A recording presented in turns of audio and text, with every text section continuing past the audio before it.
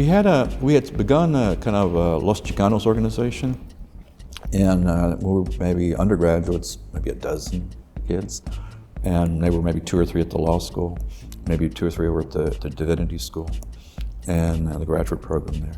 So there weren't a lot of us, but we began to work toward one of the things we recognized we needed was kind of a meeting place. I mean, we needed a place to sit down and talk and go through these things or socialize, and so we worked toward getting an actual house, a kind of a Chicanos organization house, and those for the African American students had also done that. They had the upstairs, we had the downstairs, and right over on Airline, it's no longer there, but we worked to have a kind of a community house for folks of color and folks of a different kind of ethnicity, and it was so good.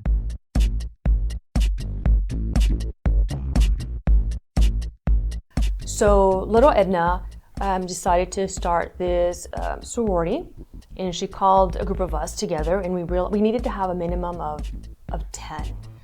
And we all joined or wanted to be part of this effort for different reasons. I was almost done with my college career, but I wanted to leave just this organization, right? This sisterhood that would help other young ladies starting from freshman, sophomore years to find just those connections, feel at home here.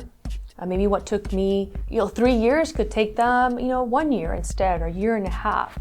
So that's how I became a part of that. We had to form an organization, and I think it was Hispanic Women in Action, HWA, and I think we had t-shirts that had that.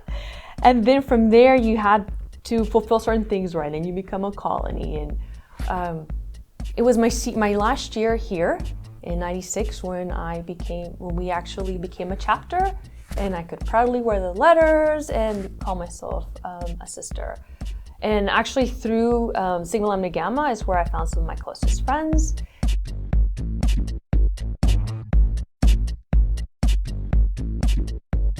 And then I think the next year we, again, during Hispanic Heritage Month, I wanted to do something different at SMU.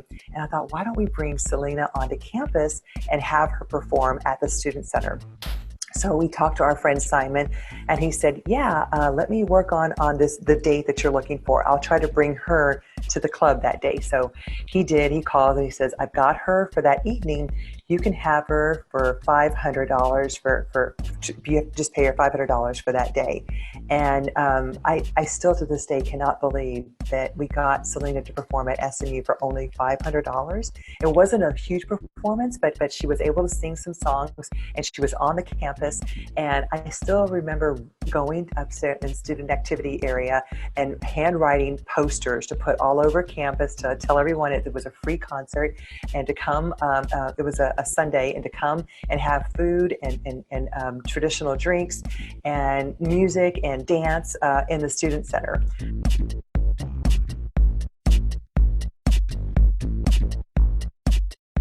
The LLI works with Fortune 1000 companies primarily to help recruit, elevate, advance, and retain their high-performing Latino talent. So we focus on 4 pillars of service: leadership development programs, so certificate programs. We do organizational development just to help build multicultural competencies, so symposiums, events. We had a symposium for Latina leaders, actually minority leaders, female minority leaders, last October called Hey Chica. And so it was a great experience, again, bringing the business community, the Latino community, and the SMU community together.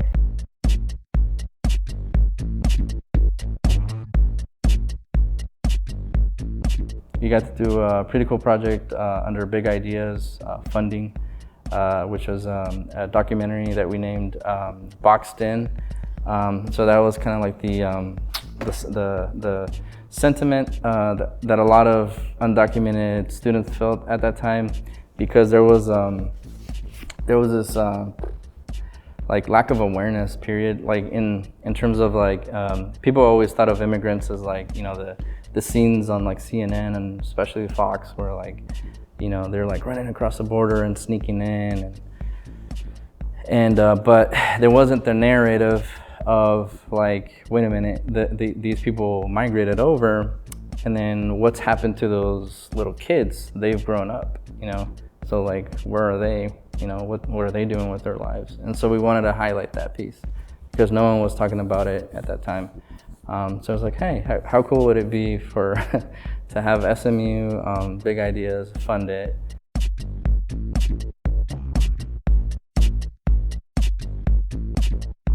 We presented the Latina and Latino history of SMU here. Fernando had put on this larger event, and I had made, by that point, I had made academic presentations of my work. And if I'm lucky, there's like 7 people in the audience, right? A room this big, and I would be talking to you two about my history project, and one's like my mom, and some guy, right, like the other guy is like, oh man, I'm in the wrong room, but now I gotta stay here because there's only 2 of us. Like I was used to presenting to just empty rooms, and so when he said we're gonna present this kind of research that you did, I was expecting an empty room, and it was standing room only. I mean, lots of folks came out for alumni and students and some fairly big name alumni.